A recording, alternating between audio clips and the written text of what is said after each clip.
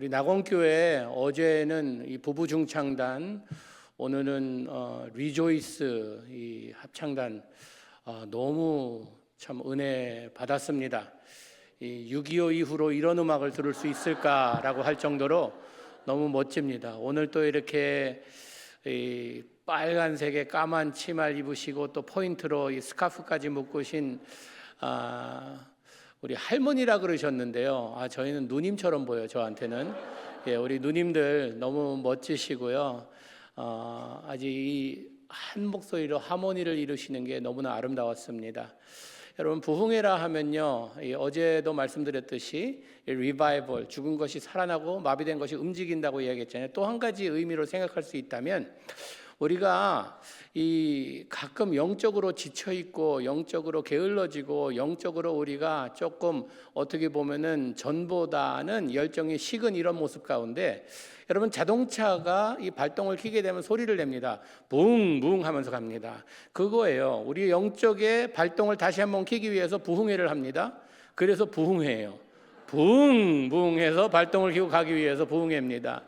여러분, 영적의 발동이 걸리는 시간이 되기를 바랍니다. 그래서 우리에게 주어진 경주 끝까지 잘 달리는 이런 계기가 되기를 주님의 이름으로 축복합니다.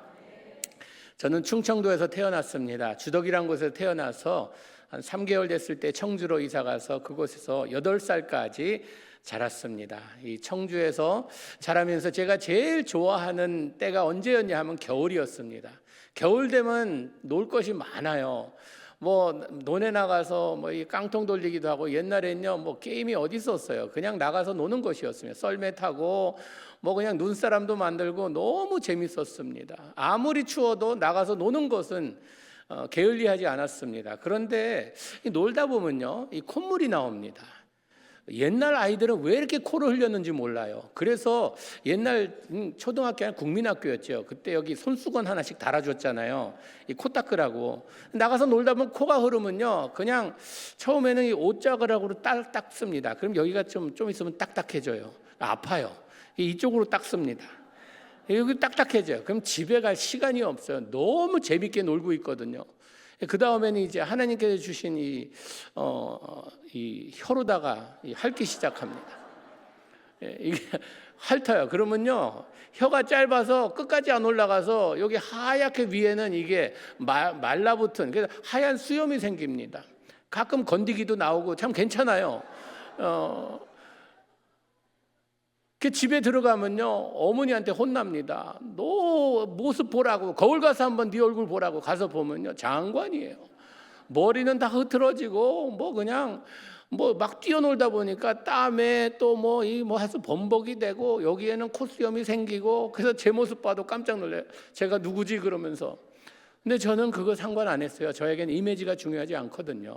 나에게 삶의 목적이 있다면 즐겁게 노는 것이 삶의 목적이었어요. 내 모습이 어떻든 그건 상관없었어요. 근데 점점 자라면서 거울을 보게 됩니다. 내 모습에 신경을 쓰게 돼요. 머리도 빗어야 되고, 가끔 샤워도 목욕도 해줘야 되고, 이렇게 되면서 이제 관리하는 이것에 신경을 쓰게 됩니다. 많은 사람들이 요즘 보면요 이미지 관리에 많은 돈과 시간과 신경을 씁니다. 다른 사람에게 내가 어떻게 보일까 중요하죠. 이젠 더 이상 우리가 어린아이가 아니고 어른이 됐기 때문에 이미지 관리에 많은 신경을 씁니다. 내가 없더라도 없어 보이면 안 되고요. 내가 좀 가방끈이 짧을지라도 가방은 짧게 보이면 안 되고, 다른 사람이 나를 어떻게 생각하냐에 굉장한 신경을 씁니다. 여러분, 우리가 왜 좀 메이커 옷을 입으려고 합니까? 왜냐하면 다른 사람이 나를 볼 때 좀 있어 보이기 위해서. 요즘 보면은요, 제가 그 강남대로에 딱 서서 보니까 내 눈에 들어오는 이 피부 병원, 그리고 성형외과 이런 것들이요 한 20개 넘게 들어오더라고, 내 눈에. 그만큼 많은 이유가 뭡니까? 이 껍데기를 고쳐서 멋지게 보이겠다는 것이에요. 내가 다른 사람에게 어떻게 멋지게 보일 수 있을까? 이것이 굉장히 중요한 것입니다. 다른 사람이 나를 볼 때 저 사람은 있어 보인다. 저 사람은 무언가 가진 사람 같아. 저 사람은 아름다워. 저 사람은 멋져 보여. 이런 것 때문에 신경을 많이 씁니다. 특히 한국이 이제는 좀 우리가 살만하구나 생각되는 게, 많은 분들이 보면은 이 스킨에 이 신경을 많이 쓰고 이런 걸 봐요. 잘못된 거 아닙니다. 여러분 좋은 거예요. 우리가 이왕이면 좀 멋지게 보이는 게 뭐 어떻습니까? 다른 사람이 볼 때 참 아름다워 보이는 게 좋잖아요. 그런데 우린 영적으로도 우리의 속사람은 어떻든 상관없이 껍데기만 멋지게 보이려고 하는 이런 모습이 우리 가운데 있지 않나 생각해 봅니다. 거룩하지도 않은데 거룩한 척하고, 참으로 기도도 많이 안 하면서 기도 많이 하는 척하고, 하나님 앞에 나올 때 우리는 영과 진리로 예배드리는 예배자로서 진정된 모습으로 나와야 되는데 나의 모습이 가증되진 않은가? 하나님이 보시는 나와 다른 사람이 나를 볼 때 어떻게 생각할까? 우리는요, 참으로 주님 앞에 나와서 주님, 나는 죄인입니다. 죽을 수밖에 없는 죄인입니다. 이 죄인 용서해 주셔서 감사합니다. 나는 벌어지보도 못한 이런 죄인입니다. 한데 누가 죄인 취급하면 난리 나요. 그럼 뭡니까? 난 죄인이라고 하면서 누가 죄인 취급하면은 뭐 인격 모독했다 그러고 뭐 그러면서 싸우려고 그래요. 여러분, 하나님 앞에 나의 모습이 어떤지, 하나님은 나의 겉모습에 감동받는 분이 아니라 사무엘서에 보면요, 하나님은 우리의 중심을 보신다고 말씀하십니다.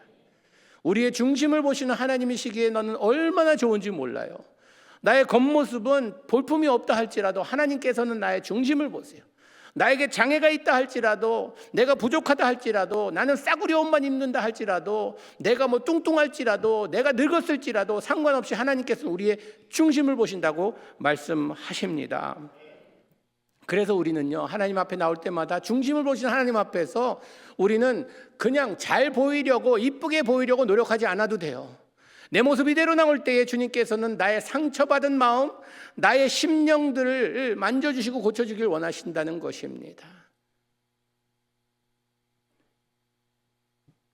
이미지 상관 안 하시는 하나님께서 우리를 편견을 가지고 바라보지 않으세요. 내 모습 이대로 주님 앞에 나올 때에 주님께서 나를 반겨주신다는 것입니다. 하나님 앞에 나올 때 여러분 너무 치장 안 하셔도 돼요. 제가 그냥 옷을 잘 입지 말라는 게 아닙니다. 그냥 내 모습 이대로 나오는 것이 필요하다는 것입니다. 오늘 말씀해 보니까요, 믿는 자들을 사도 바울이 고린도 교회가 참 문제가 많은 교회였습니다. 성경에 보면은 여러 교회들이 나오는데 특히 고린도 교회는요, 고린도 전 후서가 있잖아요. 그 교회에 편지를 쓸 때 그 교회 문제가 너무 많아서 문제를 해결하기 위해서 쓴 책입니다. 근데 이 교회에 그런 문제가 있었나 봐요. 사람들이 누가 더 잘나고 누가 더 공부 많이 했고 누가 더 위대하고 이런 것이 그 교회 문제 중에 하나였습니다. 바울이 뭐라고 이야기합니까? 너희들은 질그릇이라고 이야기해요. 질그릇. 여러분, 질그릇이 뭡니까? 흙그릇이에요. 그때 당시에 질그릇이라 하면요, 굉장히 싼 그릇이었어요. 흙으로 만들었기 때문에 든든하지도 않은 그릇이었어요. 그리고 모양도 별로 없었어요. 그런데 질그릇의 중요성보다 질그릇에 무엇이 담겼느냐의 중요성을 강조하고 있습니다. 여러분, 그릇이 어떤 그릇인가는 그 그릇에 무엇이 담겼냐에 따라서 이름이 바뀝니다. 그 그릇에 국이 담겼으면요, 국그릇이죠. 밥이 담겼으면 밥그릇이고요. 그렇잖아요.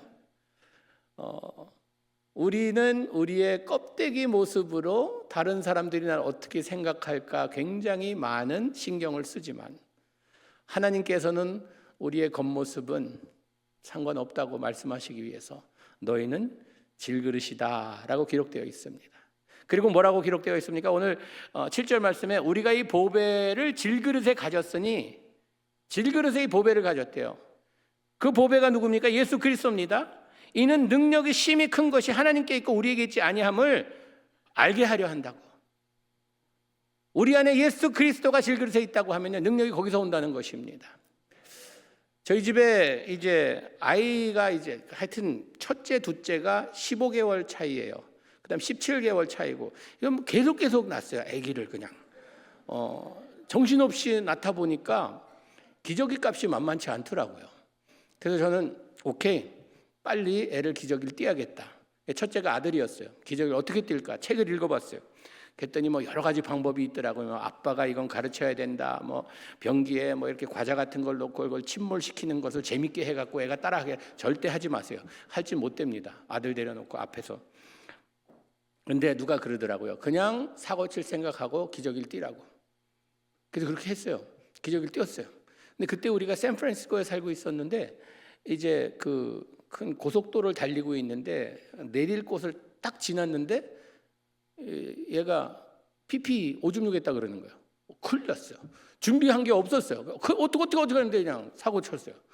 차에서 그냥 막 뿌려대고 막 그래갖고 그냥 사고 났어요. 안 되겠다. 우리가 준비하고 다녀야겠다. 다음번에 이렇게 되면 안 되지 해갖고 뭘 이용하면 좋을까 했는데 미국에요 김치를 파는데 한국 마켓에서 이 한 갤런짜리 큰 김치통이 있습니다. 그리고 작은 김치통이 있어요. 그 반짜리.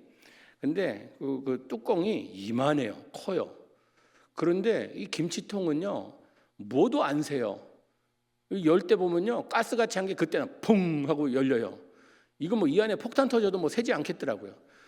그래서 그게 좋겠구나 해서 작은 걸 사갖고 김치를 다른 이제 그릇에 넣고 그걸 닦아서 차에 갖고 다녔어요. 그러다가 얘가 피피하면요 문제 없었어요. 딱 되면요 앞뒤가 다 맞아요. 큰 거고 작은 거고 다 받아낼 수 있어요. 뚜껑만 닫으면 뭐 새지도 않고요 냄새도 안 나고 너무 좋은 거예요. 이 병이 얼마 전만 해도 김치병이었어요. 근데 지금 뭐가 됐어요? 요강이 됐어요. 왜요? 똑같은 병인데 내용물이 바뀌니까 병 이름이 바뀌더라고요. 여러분 우리가 똑같은 사람이라 할지라도 우리 안에 내용물이 뭐가 있느냐에 따라서 우리의 정체성이 바뀝니다. 예수 그리스도가 내 안에 있으면 나는 크리스찬입니다. 확신을 가지세요. 내 안에 내 그릇 안에 그리스도가 있으면 나는 크리스찬이에요. 그러나 내 안에 쓰레기가 있다고 하면요 나는 쓰레기통이에요. 여러분 내가 가진 그릇에 꿀을 담으면 꿀단지가 되고요 쓰레기를 담으면 쓰레기통이 되고 내 껍데기는 그렇게 중요한 게 아니에요. 그러나 내 안에 무엇을 담고 다니냐가 나의 정체성을 이야기해 주는 것입니다. 여러분 우리는요 예수님을 자꾸 담았다 부었다 해요. 교회 와서는 들어오면서 주여 내 안에 들어오시옵소서. 그리고 떠날 때에는 주님 교회 가만히 계세요. 다음 주에 다시 올 테니까 그때까지 어디 가지 마세요. 나 갔다 오겠습니다. 그리고 놓고 가요. 여러분 주님은요 우리 그릇에 항상 담고 다녀야 됩니다. 우리 질그릇에 담고 다녀야 돼요. 왠지 아세요? 살다 보면요 여기 오늘 말씀에 뭐라고 기록되어 있습니까? 8절에 보니까 우리가 사방으로 우겨쌈을 당하여도 쌓이지 아니하고 답답한 일을 당하여도 낙심하지 아니하며 핍박을 받아도 그리고 거꾸로 뜨림을 당하여도 우리는요 계속해서 세상에 살다 보면요 이 질그릇이 공격을 받습니다. 어떤 때는 나의 그릇이 산산조각이 날 때가 있잖아요. 나는 원치 않는 일들이 막 일어나면서 인생이 완전히 박살난 기분이 나요. 여러분 그때 나의 그릇에 무엇이 담겼냐가 중요합니다. 내 안에 쓰레기가 담겼다고 하면 나오는 건 쓰레기 말밖에 없어요. 인생이 왜 이러냐? 왜 이렇게 나는 버림받은 인생을 사냐? 나는 왜 이렇게 재수가 없냐? 뭐 이러면서 왜 팔자가 나는 이렇게 돼갖고 이런 말이 나옵니다. 그런데 우리 안에 예수 그리스도가 있다고 하면요 이 그릇이 산산조각 날지라도 우리 안에서 뭐가 나옵니까? 하나님의 찬양이 나옵니다. 바울이 감옥에 갇혔을 때 감옥에 갇힌다는 것이 얼마나 괴로운 일입니까? 그때 감옥은요 죽을 만큼 힘든 곳이 감옥이었습니다. 근데 감옥에 갇혀서도 사도 바울 입에서 찬양이 나와요. 어떻게 그럴 수 있을까? 그런 상황에서 찬양이 나올 수 있을까? 바울은 예수님을 담고 다녔거든요. 그러니까 우겨쌈을 당하여도 핍박을 당하여도 찢김을 당하여도 찬양이 나오는 것이에요. 성경에 보면 고통과 고난의 대명사가 누굽니까? 욥이라는 사람입니다. 욥이 하루아침에 자녀를 다 잃습니다. 재산을 다 날려요. 병을 얻어요. 기왓장으로 자기 피부를 긁어요. 아내가 남편을 저주하고 떠나가요. 인생의 모든 것을 다 잃었습니다. 그릇이 박살났습니다. 그의 입술에서 무슨 말이 나옵니까? 주신 이도 하나님이시오 거둬가는 이도 하나님이시니 내가 하나님을 찬양하겠다라고 찬양합니다. 여러분 이것이 믿는 자들의 모습입니다. 믿는 성도들의 모습이에요. 좋을 때만 하나님께서 나를 사랑하시는구나, 나를 진짜로 사랑하시는구나, 이것이 아니라 내가 있을 때나 없을 때나 어려울 때나 슬플 때나 항상 내 안에 계신 주님께서 나와 함께 하신다는 여러분, 주님께서는 우리에게 평탄한 길을 약속하지 않아 하십니다. 성경에 이렇게 기록되어 있어요. 너희가 사망의 음침한 골짜기로 다닐지라도, 사망의 음침한 골짜기로 다닐지라도 말씀하세요. 사망의 음침한 골짜기로 다니지 않는다라고 말씀 안 하세요. 다닐 수도 있다가 아니에요. 다닐지라도, 다닌다는, 확실히 다닌다는 말씀입니다. 해받음을 두려워하지 아니함은 왜요? 하나님의 지팡이와 막대기가 우리를 보호하고 인도하시기 때문이라는 것입니다. 하나님은 우리를 끝까지 너희를 편안하게 인도하겠다가 아니라 어려움 속에서도 내가 너희를 절대로 홀로 내버려 두지 않겠다는 약속입니다. 여러분, 인생은요, 누구와 함께 가느냐가 중요합니다. 왼수랑 함께 가다 보면요, 참 힘들어요. 피곤해요.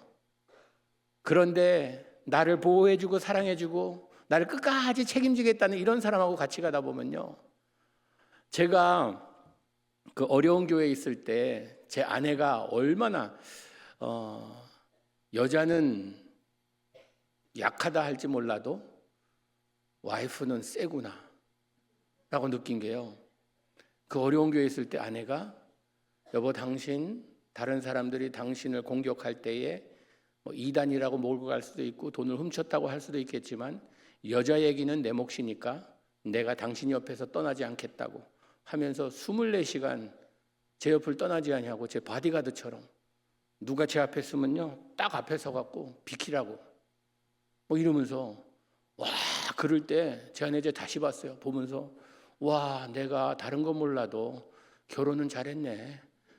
와, 이런 여자하고 결혼했으니. 저는 그래서 와이프라고 안 부릅니다. 와이뻐라고 불러요. 아, 내 와이뻐. 노후 대책에도 도움이 되는 말입니다. 예, 와이프라고 부르면 와이뻐라고 부르세요. 그러면서 그냥 아내한테 당신 보면은 매일매일 가슴이 설레인다고. 그럼 뭐 한국말로 그런 표현을 해요. 뭐 입술에 침이나 바르고 그런 얘기하라고. 나 침 바르고 다시 얘기해요. 예. 누가 나와 함께 가느냐, 이것이 천국이냐 지옥이냐를 결정해 줍니다.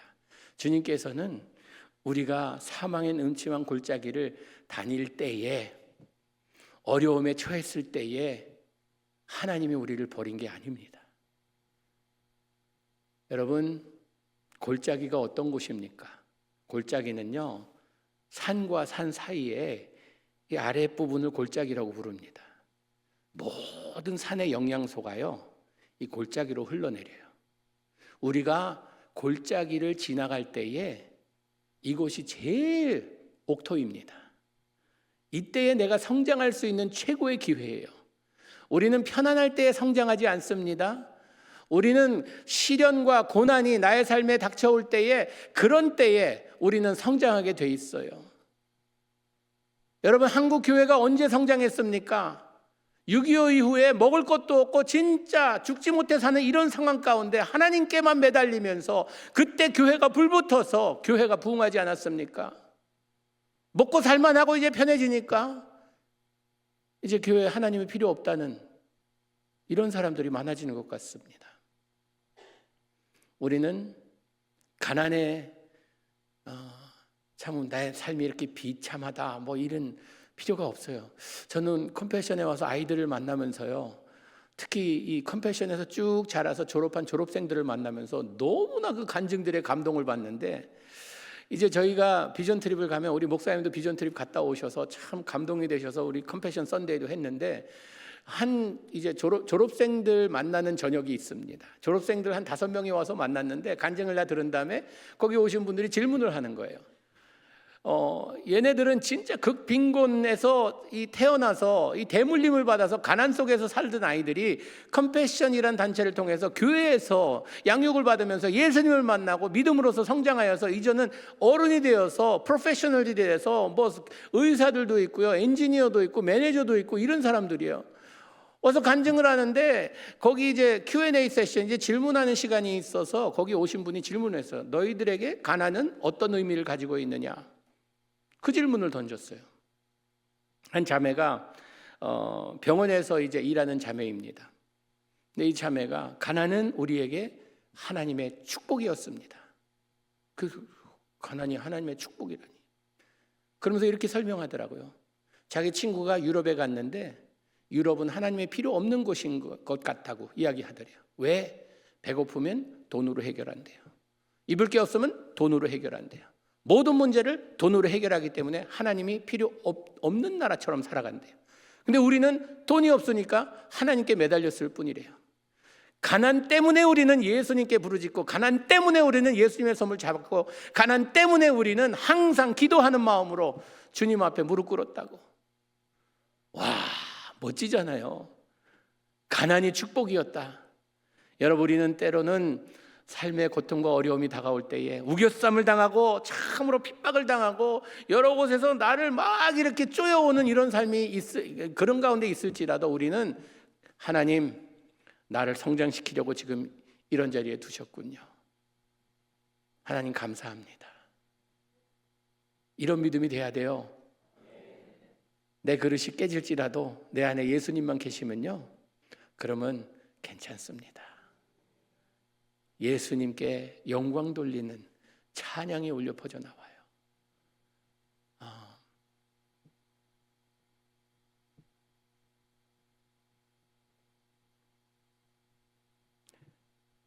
인간적으로 이게 가능한 일인가? 어려움에 처하면서 감사할 수 있는가? 인간적으로는 불가능합니다. 영적으로 가능합니다. 우리는 그냥 살만 가지고 있는 육적인 사람이 아니에요.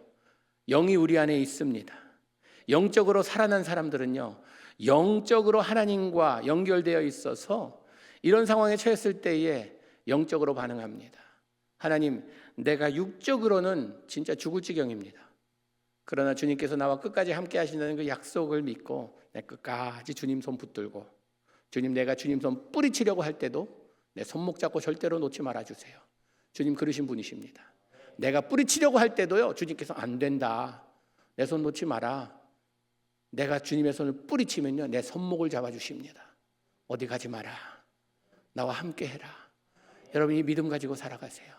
어떠한 상황 가운데서도 주님은 나를 버리지 아니하신다. 주님이 나와 맺은 사랑 절대로 끊지 아니하신다. 왜 그런지 아세요? 나에게 너무 많은 것을 투자하셨어요.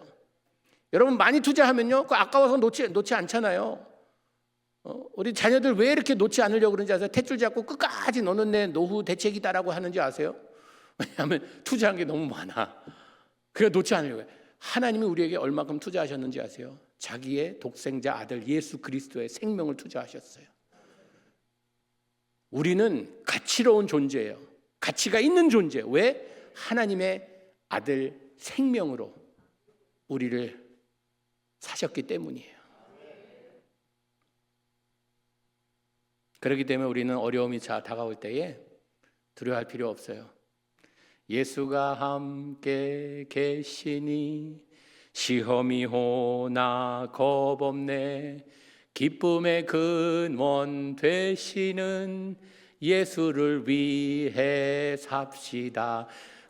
기쁨의 근원 되시는 예수를 위해 사는 것입니다. 여러분, 그래서 우리는요, 항상 기뻐하라. 어떻게 그냥 깨진 독마냥 그냥 항상 기뻐하며 사냐? 오늘 기뻐할 수 있는 것은요, 주님이 나를 버리지 아니하신다는 그 약속 때문에 우리는 기뻐할 수 있다는 것입니다. 항상 무슨 일이 일어나면은 우리는 실패했다. 이번 인생은 실패했다. 여러분, 실패는 믿는 자들이 쓰는 단어가 아닙니다. 실패는요, 그냥 실을 감는 도구이죠. 인생을 두고 하는 얘기가 아닙니다. 우리는 하나님께서 새로운 길로 인도하신다라고 이야기합니다. 저희 형님이 건축학을 공부하셨습니다. 건축학을 공부해서 대학교 졸업한 다음에 이제 첫 직장에 이제 잡을 잡으려고 면접하러 갔어요. 근데 가기 전에 아버님이 기도해 주신다고 형님 머리에 손을 얹고 주여, 주의 아들이 이제 첫 직장을 가기 위해서 면접을 갑니다. 주님 축복하시고 될 줄로 믿습니다. 주여, 이것을 우리 아들에게 주신 것으로 믿습니다. 갔다가 떨어졌어요. 형님이 들어오는데 고개 숙이고 들어오는데 아버님이 그렇게 말씀하시는 거예요. 안 된 거 알고. 형님 이름이 남은이거든요. 남쪽에서 받은 은혜라고. 남은아, 걱정 마라. 하나님께서 더 좋은 길로 인도하시려고 그 길을 막으신 것이다. 제가 어린 마음에 정결했어요. 야, 참, 그냥 뭐 안 됐으면은 너 실력이 별로 안 돼. 뭐 그러지 뭐 참 목사님이니까 어떻게 말을 저렇게 돌려서 아주 야무지게 하시나. 뭐 저는 그렇게 생각했어요. 근데 진짜 하나님께서는요, 하나님께서 훈련시킨 것을 낭비하는 하나님이 아니세요. 어떠한 어려움과 고난도 하나님께서 낭비하는 분이 아니세요. 그 배운 실력으로 지금 선교사로 가서 선교관을 짓고 있습니다. 교회를 짓고 있어요. 와, 그래서 우리 하나님 진짜 멋진 분이시구나. 이 길을 막으시면 하나님께서 다른 길로 인도해 주세요. 하나님께서 문을 닫아주시면요, 창문이라도 열어주세요. 그런 하나님이십니다.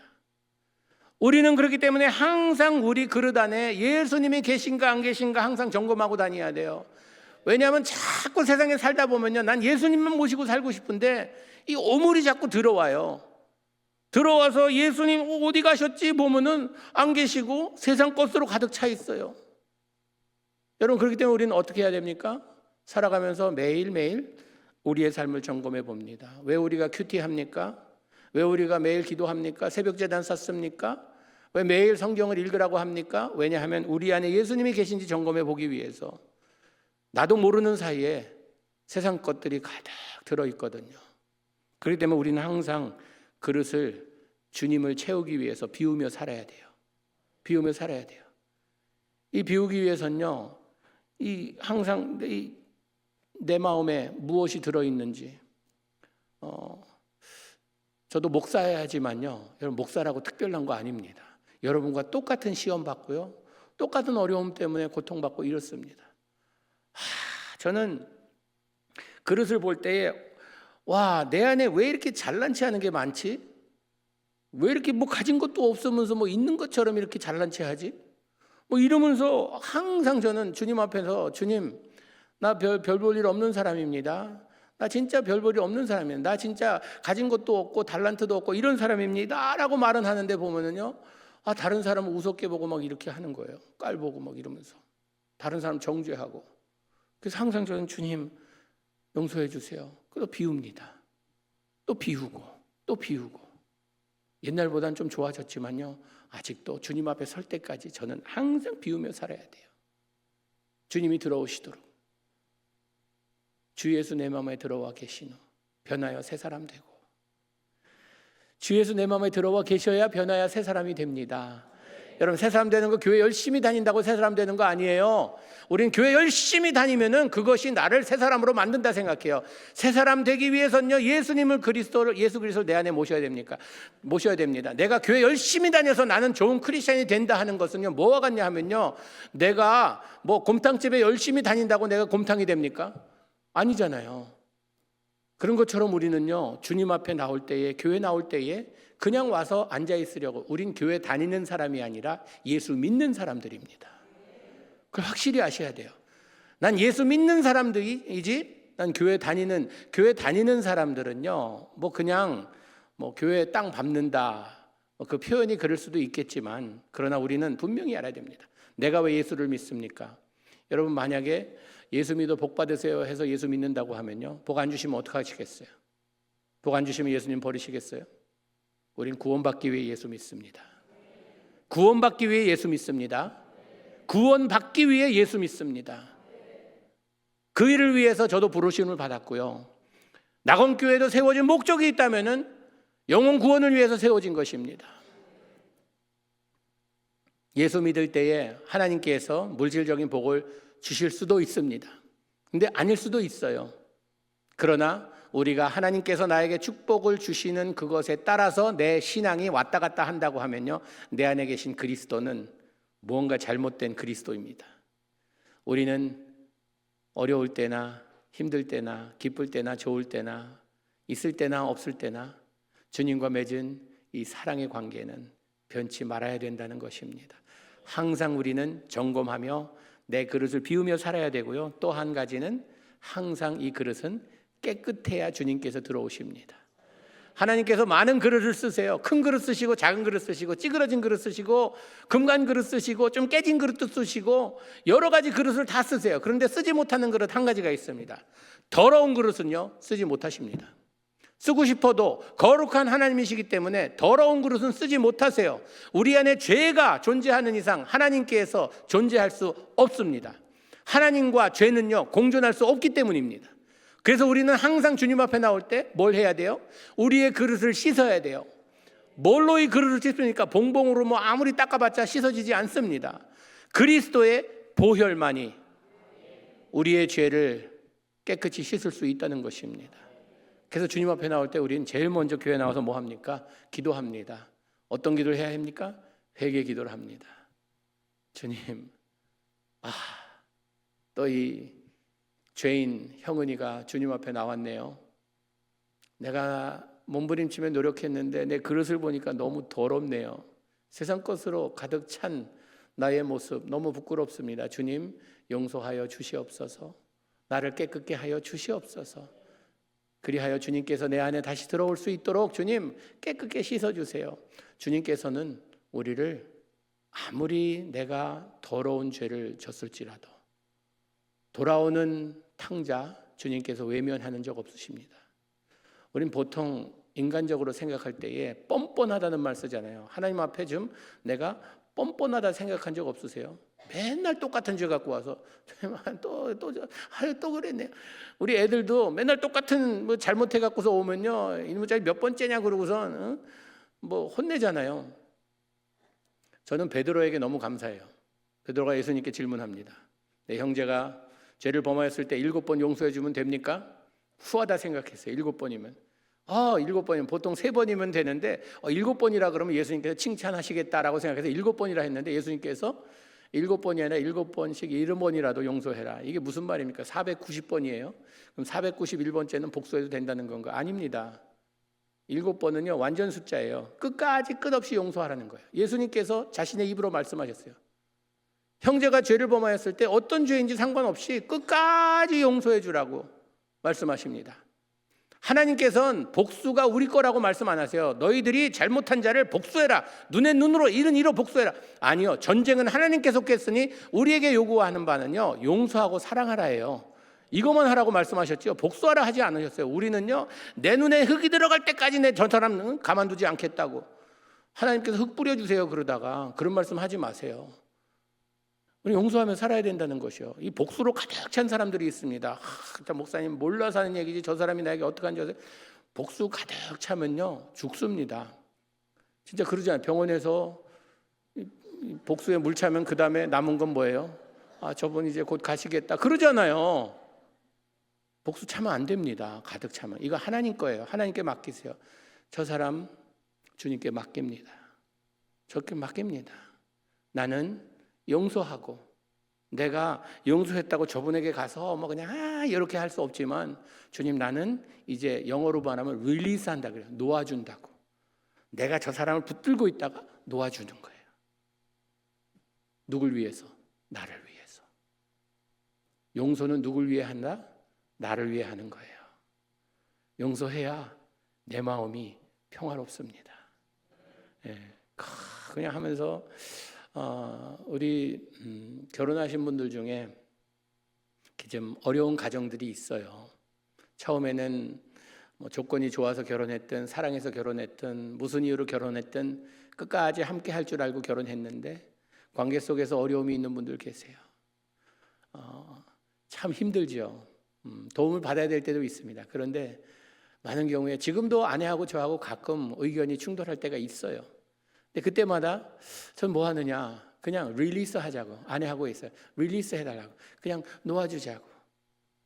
이제 당신을 그냥 놓아주겠다고. 뭐 도덕적이나 윤리적이나 이런 죄가 아닌 이상 우리가 그냥 놓아주자고. 우리 의견인 이게 틀린 게 아니라 다른 것이라는 걸 인정하고 그냥 놓아주자고. 그러니까 너무 편해요. 너무 편해요. 여러분 용서하세요. 그것이 우리의 그릇에 담을 수 있는 유일한 기회라는 것입니다. 하나님께서는 우리의 외모를 보면서 감동받지 않으세요. 와, 너 참 멋있다. 어떻게 너 그렇게 멋지게 생겼냐? 야, 너 참 요즘 잘 나가는구나. 감동 안 받으세요? 예,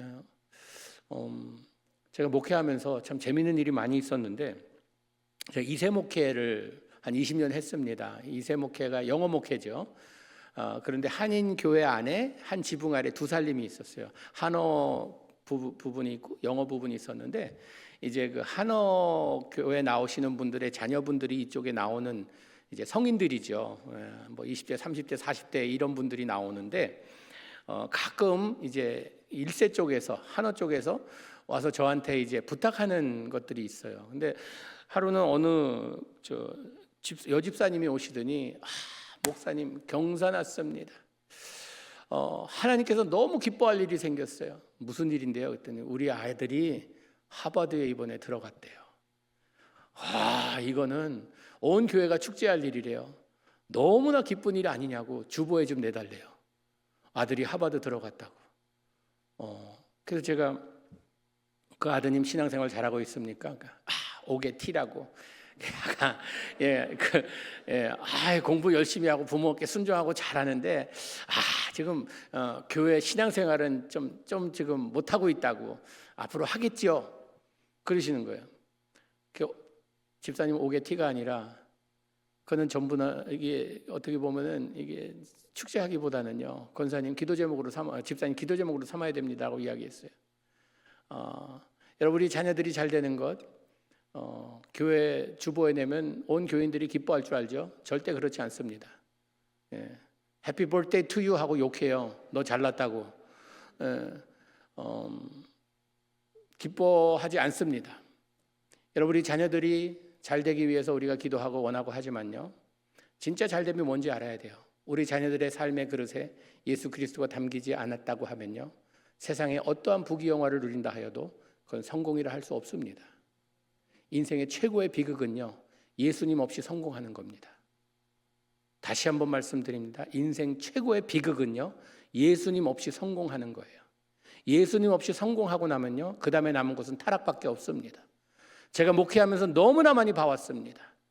부모님들이 자녀를 위해서 많은 것을 투자해서 이들이 명문대학 가서 좋은 직장에 가서 이게 뭐 돈도 무지무지 벌면서 생활하는데 예수님이 없어요.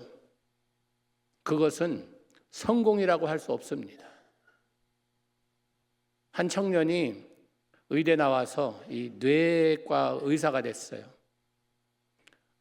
믿는 가정에서 자라서 고등학교까지는 부모님 따라서 교회를 갔는데, 이 의대 가고 또 그러면서 이제 교회부터 멀어지고 신앙을 거의 뭐 버리다시피 해갖고 이 친구가 결혼을 했어요. 잘 나가는 뇌과 의사고 하니까 결혼을 했는데 돈을 무지 벌잖아요. 미국엔요, 한국과 달라서 그런 뭐 내과 의사 이런 사람들은요, 돈을 긁어 모아요. 그러니까 돈이 많아지고 하니까 이제 이 친구가 뭐 하겠어요? 마약에 손을 대기 시작했어요. 그러면서 마약을 하고, 그러면서 가정이 망가지고 이혼하고 완전히 폐인이 돼 버렸어요. 그 다음에 부모님이 와서 자기 아들 위해 기도해달라고, 어쩔 줄 모르겠다고 그러면서, 그전에는 너무나도 좋아했는데 아들이 이렇게 성공해서 세상적으로 돈을 잘 번다고. 여러분, 우리가 우리 자녀들을 바라볼 때에 그들의 삶에 예수 그리스도가 담겨 있는지, 이것이 제일 소중한 것입니다. 세상에서 아무리 멋지고 아무리 돈을 잘 벌어서 부모님께 용돈을 빵빵 이렇게 찔러줄지라도 그들의 삶에 예수님이 없다고 하면요, 부모님이 눈물 뿌리며 기도해야 된다는 것입니다. 나의 삶에 예수님이 계신 것이 중요하듯이, 내가 눈에 넣어도 아프지 않다는 우리 자녀들의 삶에 예수님이 없다고 하면요, 목숨 걸고 기도하세요. 눈물 뿌려가며 기도하세요. 하나님께서 그 기도는 분명히 들어주실 것입니다. 분명히 들어주세요. 제가 그렇게 기도하는 부모를 봤거든요. 언제 돌아와도 돌아옵니다. 부모님 기도는요, 언제라도 응답을 받는 기도입니다. 내 아들의 영혼을 구해달라 그러는데, 내 딸의 영혼을 구해달라 그러는데 하나님께서 왜 안 들어주시겠어요? 여러분, 오늘부터라도 기도하세요. 그들의 삶에, 그들의 그릇에 세상 것으로 가득 차 있다고 하면, 주님, 그들이 사망의 음침한 골짜기를 다니게 해서라도 주님께 돌아오게 하여 주시옵소서. 제가 이세 목회하면서 한 번은 그런 기도를 드렸어요. 하나님, 우리 이세들에게 고통과 고난을 주시옵소서. 오죽하면 그런 기도를 했겠어요, 목사가? 평탄하게 해달라고, 저들이 편안하게 해달라고 기도하지 못하고, 주님, 저들에게 좀 고통을 주세요. 왜? 너무나도 편안한 삶을 살다 보니까 하나님은 하나의 액세서리예요.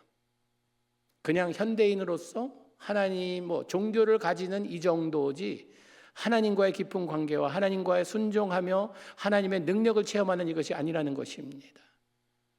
여러분, 힘들고 어렵게 되면요, 하나님을 찾게 되어 있습니다. 하나님을 찾을 수밖에 없어요. 지금 컴패션이 후원하는 29개의 이 빈곤 나라들이, 어린아이들이 왜 하나님께 매달리고 하나님을 찾는다고 생각하세요? 한국의 그 똑같은 아이들은 그러지 못한대. 다 이유가 있습니다. 한국의 큰 기업의 팀장뻘 되는 분들 한 20명을 모시고 필리핀에 비전 트립을 갔습니다. 그러면서 이제 졸업생들에다 간증을 들었어요. 말끝마다 예수님의 은혜, 예수님의 사랑, 후원자들의 사랑, 또 그리고 하나님을 경험하는 이것을 다 이야기하면서 와, 이 하나님이 참 너무나 멋진 분이라고 막 간증을 들은 다음에 이 한 분이 팀장 여자분인데 나이가 한 50대 중반 되셨어요.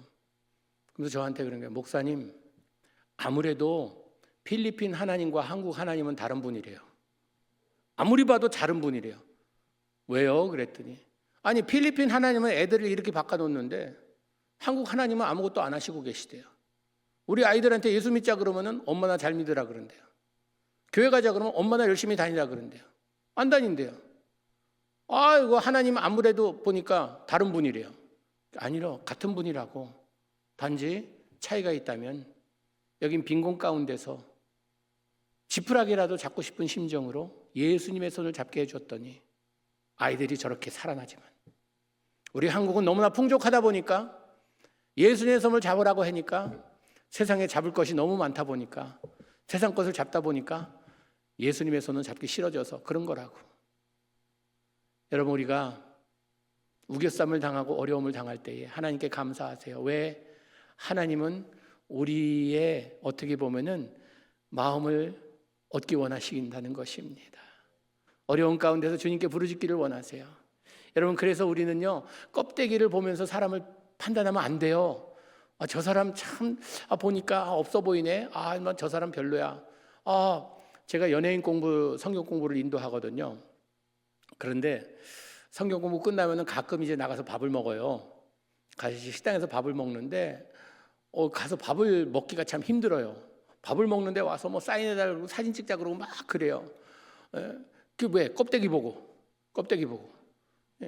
연예인이니까 와갖고서 그냥 대단한 사람처럼.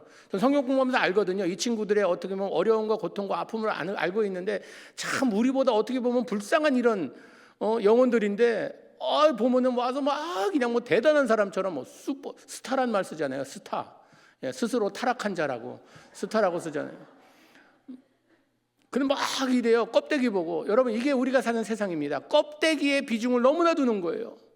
그러다 보니까 우리도 영적으로 서로를 바라볼 때 껍데기를 보면서 판단합니다.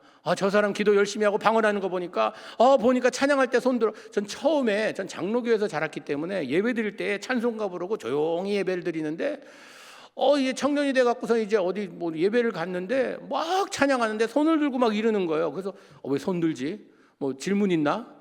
그래서 제 나름대로 이게 어떤 사람은 한 손 들고 어떤 사람은 이렇게 들고 어떤 이렇게 들고 그래서 무슨 영적 안테나인가? 뭐가 잘 안 잡혀서 이거 잡으려고 이거 올리나? 잘 안 잡히니까 안테나 2개 세우고 저러나? 여러 가지 그 생각을 했는데 그러면서 제가 이제 판단을 하는 거예요. 저 사람들 왜 저러지? 광신자인가? 이러면서 이상한 눈으로 쳐다보는 거예요. 그분들은 그렇게 표현하는 거예요. 주님은 앞에 나와서 항복한다고, 주님을 영접한다고, 주님께 나의 삶을 드린다고, 나의 마음에 주님이 들어오시라고 이런 표현으로 하고 있는데 저는 껍데기를 보면서 그 사람들을 편견을 가지고 판단하는 거예요. 이러면 안 된다는 거죠.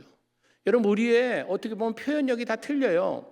순복음 교회는 가면요, 순복음적으로 표현하는 분들이 계세요. 방언하면서 기도하고 막 소리 지르면서 기도하고 이래야 속이 시원해요. 하나님은요, 어떻게 우리가 하는지 상관없어요. 우리의 중심을 보시기 때문에 우리의 표현에 있어서 그거는 그렇게 중요한 게 아닙니다. 어떤 교회 가면요, 양복 안 입으면요, 이 강단에 올라가죠. 여기는 올라올 때 신발 벗고 올라오잖아요. 이게 거룩한 땅이라 그래서. 근데 왜 쓰레반 신는지 모르겠어요. 그런데 어떤 교회는 신발 신고 올라가요. 이런 데서 신발 신고 올라왔다가는 큰일 나죠. 혼나죠, 어르신들한테. 왜요? 이건 하나님께서 보시기에 우리가 어떻게 해서라도 조금이라도 주님이 어떻게 기뻐하실까라는 이런 표현을 우리가 잘하기 위해서 하는 것이지, 하나님이 신발 신었다고 혼내고 벗었다고 칭찬하고 이건 아니라는 겁니다. 우리가 양복을 입고 교회 왔다고 하나님께서 야, 너 참 멋지구나, 오늘 참 스타일이네, 이태리 양복 입고 왔네, 야, 참 너 나 사랑하나 보다, 이러지 않으신다는 것입니다. 우리 아들한테 교회 갈 때는 너의 최고의 옷을 입어야 된다, 양복 다녀서 내가 가진 옷 중에 최고의 옷을 입으라고 말했습니다. 입고 나오는데 보니까 이 진 바지를 입었는데 빵꾸난 걸 입고 왔어요. 그래서 너 왜 그거 입었냐고, 가서 갈아입고 오라 그랬더니 아빠가 나의 가진 것에 최고를 입고 오라 그러지 않았냐고, 이게 내가 가진 것 중에 내가 제일 사랑하는 옷이라고, 그래서 이거 입은 거라고 할 말이 없더라고요. 우리 젊은이들 바라볼 때 색안경을 끼고 보면 안 됩니다. 여러분, 다음 세대를 바라볼 때 내가 익숙하고 내가 편하다고 다음 세대도 편한 게 아니라는 것입니다. 제가 영어 목회할 때 저희 교회 이제 그 교인 중에 남미 브라질에서 자라난 자매가 있었어요. 근데 이 브라질 남미 가면요, 브라질에 가면 보사노바라는 음악이 보면은 모든 게 다 악기예요. 빨래판을 끄끄끄끄끄 긁으면서 그것도 소리 내고요. 그 카우벨이라 그래서 이 소가 달고 다니는 그 벨 있잖아요. 그것도 땡땡땡땡 치고요. 하여튼 그리고 방거 드럼이라고 드럼도 긴 거 해갖고 근데 이 자매가 이 찬양팀 이거 하면서 옆에 걸 차려놨는데 너무 소리를 이렇게 내는데 아름다운 거예요. 이 조화를 이루는데 소리가 뭐 그냥 남미의 그런 음악 그거와 함께 뭐 진짜 춤추고 싶은 이런 음악을 하는 거예요. 이제 그 한 교회 아래 두 이제 그 교회가 있다고 했잖아요. 장로님 한 분이 오셨어요. 저 예배 드리는데 오시더니 버럭 화를 내시면서 목사님 저게 뭡니까? 교회에서 저게 뭡니까? 저게 나이트클럽이지 교회입니까? 그러시는 거예요. 제가 그래서 장로님 나이트클럽 자주 다니셨나 봐요. 저는 한 번도 안 가봐서 뭐 어떻게 되는지 모르는데 장로님 어떻게 나이트클럽에, 그러니까 막 버럭 화내시면서 가시더라고요. 하나님께서는 북치고 장구치고 하나님께 영광 돌리라 그랬는데 우리는 우리가 익숙한 것이 편한 거예요. 여러분, 익숙치 않다 할지라도 그들이 예수 그리스도를 그릇에 담을 수만 있다면 그를 위해서 우리가 뭘 못하겠어요. 참 그들의 눈높이에서 제 아버님이 브라질에서 목회하실 때 아마존에 있는 선교사님 한 분을 후원하셨습니다. 아마존 거기에 이제 부족들 중에는 완전히 그냥 뭐 빨개 벗고 이렇게 사는 부족들이 있어요. 인디안들이. 근데 그들이 이제 허리에 시로라기 하나 이렇게 두르고 있어요. 이게 옷이에요. 이거 끊어지면 굉장한 수치를 느껴요. 다 벗었는데도 요 끈 하나, 요거. 그래서 이제 선교 보고하실 때 다들 너무 다 벗었으니까, 그래서 교회에서 이제 옷을 다 모아갖고 보내줬어요.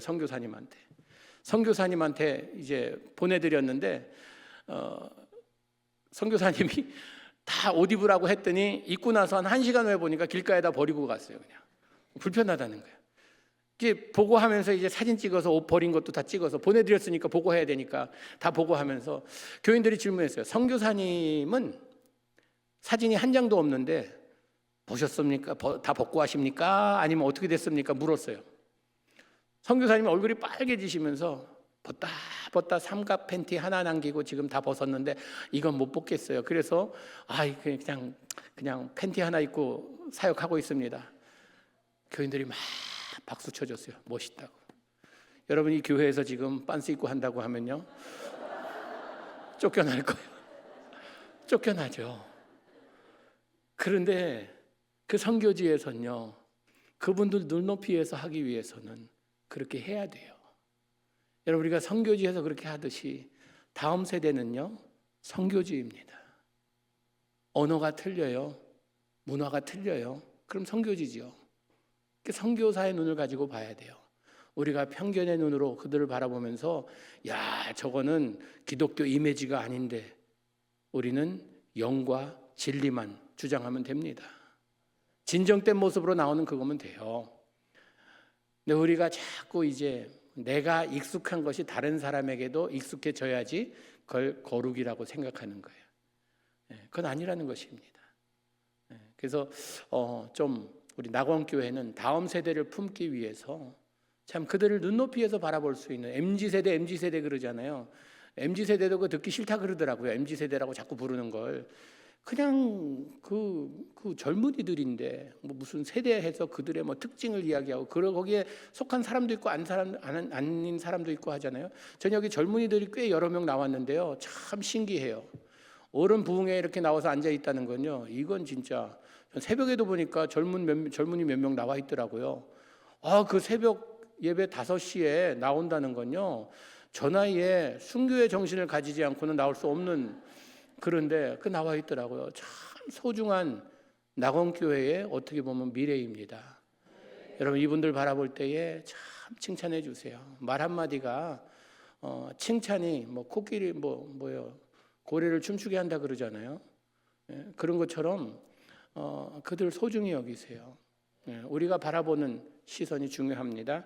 어느 교회 대형교회 목사님이 이제 결혼 주례 부탁을 받았습니다. 그런데 누구 전화를 받았는데 누구누구라 하는데 이게 이름하고 얼굴이 기억나지 않는 거예요. 그래서 오라 그랬어요.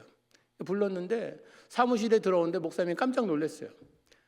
이제 예비 신부가 들어오는데 너무 아름다운 거예요. 금발머리에 뭐 그냥 너무 아름다운, 무슨 뭐 이런 모델 잡지에서 그냥 걸어 나온 여자처럼 들어오는데 막 광이 나는 거예요.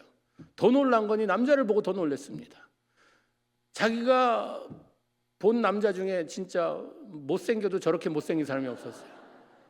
너무 막 그냥 머리도 진짜 못 심은 것처럼 여기저기 나고, 피부도 너무 이게 뭐 이상하고, 뭐 그냥 뭐 곰보가 막 지고, 그리고 살도 찌고, 보니까 뭐 얼굴에 개기름이 막 흐르는 것 같고, 보니까 막 그래요. 목사님이 딱 보고 어떻게 저런 여자가 저런 남자와 돈이 많나?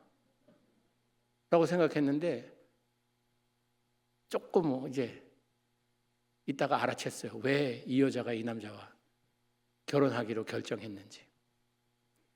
여자가 앞을 보지 못했어요. 장님이었어요. 이 여자가 볼 수 있는 건 그 남자의 마음뿐이었어요. 껍데기를 볼 수 없었어요. 그러다 보니까 그 남자의 마음이 자기 마음에 꼭 들었던 거예요. 못생겼지만 세상적으로 볼 때는, 이미지로 볼 때는 완전히 그냥 야, 어떻게 저렇게 생겨서 저런 여자와 결혼할 수 있다 했겠지만, 그리고 이 여자를 바라볼 때 많은 사람들이 표를 찼을 거예요. 저렇게 아름다운데 볼 수만 있다면 얼마나 참 좋았을까 했지만, 이 여자에게는 앞을 볼 수 없는 것이 축복이었어요. 자기를 진짜로 사랑할 수 있는 이런 남자를 만날 수 있는 기회가 됐다는 것입니다. 여러분, 우리도 때로는 눈을 좀 감고 살 필요가 있는 것 같습니다. 서로를 바라볼 때에 그리스도의 눈으로 바라본다는 것이 무엇입니까? 사랑은 허다한 죄를 덮는다고 이야기합니다. 이런 눈으로 바라봐야 돼요. 서로를 바라볼 때 그리스도를 그릇에 담고 사는 사람의 모습입니다. 세상에선 우리를 편견을 가지고 바라봅니다. 결혼할 때도 보면요, 우리의 조건을 굉장히 한국에서는 따지더라고요. 조건을 이제 딱 보고 이 조건에 맞는 사람과 결혼하겠다고. 그런데 참 그건 어리석은 일인 게, 조건은 항상 바뀌거든요. 조건 지금 좋다 그래서 항상 좋은 것 아닙니다. 그 조건 바뀔 수 있습니다. 보통 결혼할 때 A부터 G까지 본다 그러잖아요. A, B, C, D, E, F, G까지 보요. A는 에이지를 본대요, 나이를. B는 뷰티를 본대요, 아름다움을. C는 캐릭터, 그 사람의 성품을 본대요. D는 돈을 본대요.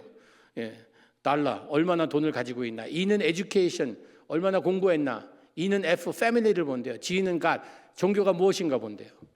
이걸 다 봐갖고 나와 맞는 사람하고 결혼하겠다고 이렇게 하는데, 한국은 보면은 이제 그 전에 한번 인터뷰한 걸 봤더니 이 자매들에게 물을 때에 남자의 경제적 능력이 있는데 이 사람은 돈이 많은데 못생겼다, 결혼하겠느냐, 아니면은 잘생겼는데 돈이 없다, 거의 100%가 돈 있는 사람하고 결혼하겠대요.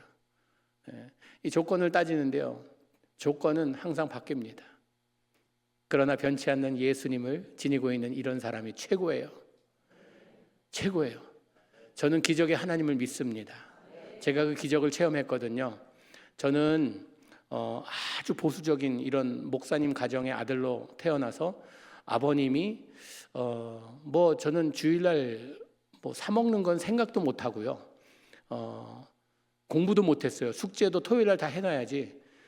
그런 가정이었어요. 그리고 자라면서 고등학교 다닐 때에 이런 말씀을 아버님께서 하셨어요. 여자는 대학 졸업할 때까지 악마라고 생각하라고.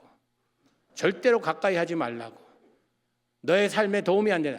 대학교 졸업하고 나서 그 다음에 사귀어도 시간은 충분하다고. 여자는 악마다. 제가 아버지한테 그랬다가 얻어맞은 적이 있는데, 뭐라 그랬냐면, 제가 아버님 우리 집에 그러면 악마 2마리가 있네요. 엄마하고 여동생이 있으니까 악마 2마리가 있네요. 그랬다가 이제 한 대 맞았어요. 그런 가정에서 자라갔고요.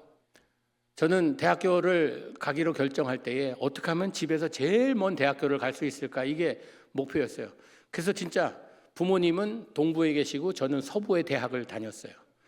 비행기로 6시간을 가야 만날 수 있는 이런 거리였어요. 끝에서 끝으로 와서 이제 대학교를 다니는데, 왜냐하면 부모님 없는 데서 내가 자매들을 진짜 사귀어 보겠다고, 내가 참 여자의 맛을 한번 어떤지 보겠다고 해서 이제 부모님께로부터 멀리 떨어졌습니다. 그런데 고기도 먹어본 사람이 먹을 줄 안다고, 데이트도 데이트 해본 사람이 데이트할 줄 알지. 제가 데이트 신청을 무지 많이 했습니다. 진짜 많이 했어요. 돈도 많이 투자했어요. 근데 한 번도 예스한 사람이 없어요. 대학 시절 때요, 제가 백인, 라틴 계통, 또 동양 계통, 한국 계통, 그냥 인종이나 인종을 다 그냥 한번 데이트 나가보자고, 한번 내가 밥 사줄 테니까 가자고, 예스한 사람이 한 사람도 없어요. 그래서 저는요, 하나님께서 나에게 홀로 살라고 말씀하시나, 그런 생각할 정도로 아무도 없었어요. 근데 제가 대학 사진을 보면 내가 여자라도 나하고 안 나갔을 것 같아요. 그땐 지금보다 더 뚱뚱하고 가난했어요. 제가 목사 아들로서 대학 갈 때 돈이 없어서 아르바이트 하면서 대학을 다녔는데, 얼마나 돈이 없었냐면은 아파트에서 이제 거기에서 월세 낼 것이 없어서 친구 집에 옷장에서 살았어요. 그런데도 그냥 한 번 내가 자매를 사귀어 보는 것이 이게 꿈이었어요. 그 기도죠. 주여, 내가 다른 기도 없습니다.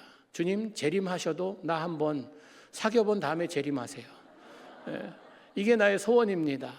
근데 안 되는 거예요. 그래서 주님께서 내 기도는 그냥 노라고 하시나 보다. 그리고 포기 상태였는데 제 아내를 만나게 됐어요. 근데 아내가 저에게 관심이 없었어요, 처음에는. 근데 하나님께서 한 자매를 눈을 멀게 하셔서 저에게 찬스를 주신 게 기적이라는 겁니다. 제 교회에서는요, 열심히 했어요. 저 교회에서 섬기는데 하여튼 닥치는 대로 다 했어요. 찬양 인도도 그냥 코드 몇 개 모르지만 앞에서 막 인도한다고 기타 치면서 하고, 성경 공부도 인도하고, 성가대 지휘자 선배, 대학교였어요. 근데 선배가 이제 졸업하고 나갔어요. 성가대 지휘자가 없는 거예요. 성가대를 없앤대요. 없애지 말라고. 왜 성가대 없애냐고. 내가 지휘하겠다고. 나한테 지휘할 줄 아네요. 모르지만 하여튼 내가 서서 흔들 테니까 알아서 부르고, 그냥 힘든 찬양 안 한다. 그냥 우리는 찬송가 한다고. 찬송가 할 때니까 내가 앞에서 흔들 테니까 알아서 시작하고 얼어서 끝내라고. 그래갖고 어떤 때는 막 끝냈는데 아직도 손이 여기 와 있고 막 이러면서, 진짜 성가 시간이 즐거운 시간이었어요. 왜냐면 교인들이 항상 웃어요, 저 하는 거 보면서. 그런데 아내가 그걸 보면서 하나님께 저렇게 충성하는 자라면 내가 저 남자 사귀면 아내에게도 저렇게 충성하겠구나라는 이런 착각을 한 거예요. 저에게 찬스를 준 거예요. 아내한테 물었어요. 아내가 대학 때 제가 사진 보여드리면 놀랄 거예요. 진짜 미인이었어요. 나만 그런 게 아니라 주위에 있는 형제들이 눈독 들이고 막 그냥 그런 자매였는데 저에게 찬스가 온 거예요. 그래서 주님 아직도 살아 역사하시는구나.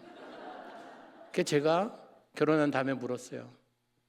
당신은 나에게 뭐가 좋아서 결혼했냐고. 내가 그렇게 멋지게 생겼냐 그랬더니 당신의 겉모습 보면 나는 도망갈 이런 사람이었다고. 겉보고 결혼한 것은 1000% 아니라고. 그런데 당신 안에 있는 예수님이 멋져서 내가 찬스를 준 거라고 그러더라고요. 그때 제가 예수님을 모시고 사는 내가 항상 예수님이 없고 들락날락하는 이런 삶 때문에 고민하고 고통하며 몸부림치고 이랬지만 그래도 하나님께서 이 자매를 통하여서 참 하나님께 섬기는 이 모습을 보면서 이렇게 마음을 움직여 주셨구나. 여러분, 우리는요 껍데기를 보며 사람을 판단하는 사람이 되면 안 됩니다. 지금 우리 주위에도요 저 사람은 열심히 하는 것처럼 보이니까 멋지게 보이죠. 인생은 어떻게 될지 모르니까 끝까지 가봐야 알아요. 지금 보면서 영화도요 지금 한 장면을 보면서 이 영화가 좋다 나쁘다 평 못합니다. 영화는 끝까지 봐야 이 영화가 어떤 영화인지 압니다. 인생도 마찬가지예요. 우리가 예수님을 닮고 산다고 하지만요 참 어떻게 될 줄 몰라요. 우리의 삶에 고난과 어려움이 닥칠 때에 참 우리가 어떻게 반응할지 그걸 위해서 항상 준비해야 돼요. 예수님 닮고 다니세요. 항상 내 그릇에 예수님이 계신지 점검하며 다니세요. 산산조각이 날 때 그때 나의 삶에서 산산조각 나는 그 순간은요 왜 눈물이 안 나겠어요? 왜 원망이 안 나오겠어요? 그런데 믿는 자들은요 예수 그리스도를 닮고 다니는 사람들은요 그 기간이 길지 않습니다. 눈물을 흘리더라도 주여 하면서 눈물을 흘립니다. 주님의 이름을 불러가면서 슬퍼합니다. 그러나 이 주님께서 나와 함께 하시면 어떠한 어려움도 극복할 수 있다는 능력이 생겨요. 오늘 말씀에 그랬잖아요. 오늘 말씀 한번 7절 띄워주시겠어요? 7절 말씀 7절 말씀 띄워주시면은 7절만 한번 같이 읽도록 하죠. 같이 보겠습니다. 시작. 우리가 이 보배를 질그릇에 가졌으니 이는 심히 큰 능력은 하나님께 있고 우리에게 있지 아니함을 알게 하려 함이라. 이 큰 능력은요 능력의 삶이 뭡니까? 예수님을 담아서 내 질그릇에 담고 사는 이 삶이 능력의 삶이라는 것입니다. 내가 주님 안에 있으면 모든 일을 감당할 수 있습니다. 주님 안에 있고 주님이 내 안에 있으면 내가 많은 열매를 맺습니다. 주님 바깥에 있으면 아무것도 안 됩니다. 내 삶에 왜 능력이 없는가? 주님 안에 거하지 않기 때문입니다. 주님 안에 거해보세요. 이러한 놀라운 능력이 생깁니다. 나의 상황은 어렵고 힘들지만 이 상황에 처한 나를 하나님께서 능력 있는 삶을 살게 하세요. 여기에서 무너지는 것이 아니라 더 멋지게 일어납니다. 저는 이런 분들을 너무 많이 봤어요. 보통 성도님들이 사업을 시작할 때 계엄 예배를 드립니다. 목사님 와서 축복해 주세요. 그리고 기도를 드리고 하나님 이 참 믿는 그런 사업자에 가면요 그게 많이 달려있대요. 너의 시작은 미약하나 나중은 창대하리라. 이렇게 다 시작하죠. 그래서 기도할 때 주님 시작은 미약하나 나중에 창대하게 하여 주시옵소서. 아멘. 그러고 시작했는데 잘 안 되는 것도 있잖아요. 근데 어느 집사님이 저한테 이제 창립예배를 드리고 한 몇 달 지난 다음에 저한테 목사님 다시 한번 예배를 드려달라고 그러는데 무슨 예배니까 폐업 예배래요. 이제 안 돼서 문을 닫아야 된대요. 그러면서 폐업 예배를 드려달래요. 폐업 예배를 드린 적이 없거든요. 시작할 땐 예배는 드려도 망했다고 예배 드리는 거예요. 집사님 어떻게 폐업 예배가 이게 사업이 안 돼서 이제 닫기로 했는데 시작할 때도 하나님이 시작하셨다고 믿고 이게 지금 닫는데도 하나님이 이제 그만하라 그래서 멈추고 하니까 예배 드려야죠 당연히. 그랬어요. 집사님 목사보다 낫다고. 참 대단하다고. 그래서 그러면은 어떻게 그러면은 예배를 드릴까 그랬더니 감사 예배를 드리고 싶대요. 시작하신 이도 하나님이시고 마무리하신 이도 하나님이시니까 모든 영광 하나님께 돌리겠다고. 나는 그냥 하나님이 시키는 대로 여기까지다 하면 그렇게 하는 거라고. 와, 멋지더라고요. 여러분, 이런 삶을 사는 여러분 되시기 바랍니다. 능력의 삶이에요. 나의 삶이 어렵고 힘들지라도요, 여기서 무너지지 마세요. 뭐 쪼그라들지 마세요. 나는 이제 이렇게 돼서 패배자니까. 여러분, 우리가 어려울 때에 주님이 더욱더 필요한 그런 때입니다. 결혼에 실패한 분들 어떻게 보면요, 참 행복을 꿈꾸면서 살았는데 이혼하고는 교회 나오기 힘들어해요. 이혼한 다음에 교회 나오면은 괜히 이제 너무 방앗간 소리가 많이 들린다고, 쿵쿵 소리가 많이 나는데 이러쿵 저러쿵 한다고 교회 나오기 힘들대요. 여러분, 그 어느 때보다 지금 상황이, 가정이 완전히 깨져서 어려울 때 예수님이 더욱더 필요한 때잖아요. 그런 때 다른 사람들이 보면서 저 사람이 임해지는 이혼한 사람이야? 가정이 깨진 사람이야? 이러면서 이상한 눈으로 바라보기 때문에 못 나오는 거예요. 그런 교회 되지 마시기 바랍니다. 그 누구도 와서 하나님의 사랑을 체험하는 교회 되시기 바랍니다. 내가 어떤 상황에 있든지 낙원교회 오면은 그 교회는 나를 따뜻하게 품어줄 교회라고 그 믿음을 가지고 사는 교회 되기 바랍니다. 우린 편견을 가지고 사람을 바라볼 때에는요, 절대로 전대 안 됩니다. 전도 안 돼요. 어떻게 전도하겠어요? 저 사람은 저런 문제가 있고 저 사람은 이런 문제가 있고 이러면서 우리는 우리 삶에 예수님을 담고 사는 것처럼 예수님을 닮지 않은 사람의 그릇에 예수님을 담게 하는 것이 우리의 목표입니다. 목적입니다. 이를 위해서 하나님 나를 사용하여 주시옵소서. 이게 성도의 모습입니다. 비전을 가진 사람들은요, 어제는 1달란트 받은 사람이 비전은 완성품을 볼 수 있는 안목이라고 나눴고요, 오늘 아침에는 비전을 가진 사람 먼저 기도로 시작한다고 나눴습니다. 여러분, 느헤미야가 무너진 성벽을 세우러 갈 때 먼저 무엇으로 시작했습니까? 기도로 준비하였어요. 그런 것처럼 우리도 기도로 준비해야 되고요. 그리고 믿는 자들, 성도들은요, 비전을 이루기 위해서는, 하나님께서 나의 삶을 통해 이루는 그 꿈을 현실로 만들기 위해서는 항상 내 안에 예수님이 계신지 점검해야 합니다. 한번 믿었으니까 끝까지 그냥 내 믿음은 변치 아니하리라 하지만요, 능력의 삶을 살기 위해서는, 여기 보니까 능력은 그릇 안에 있는 예수님으로부터 오는 것이 능력입니다. 주님과 함께 동행하신 여러분 되시기를 주님의 이름으로 축복합니다.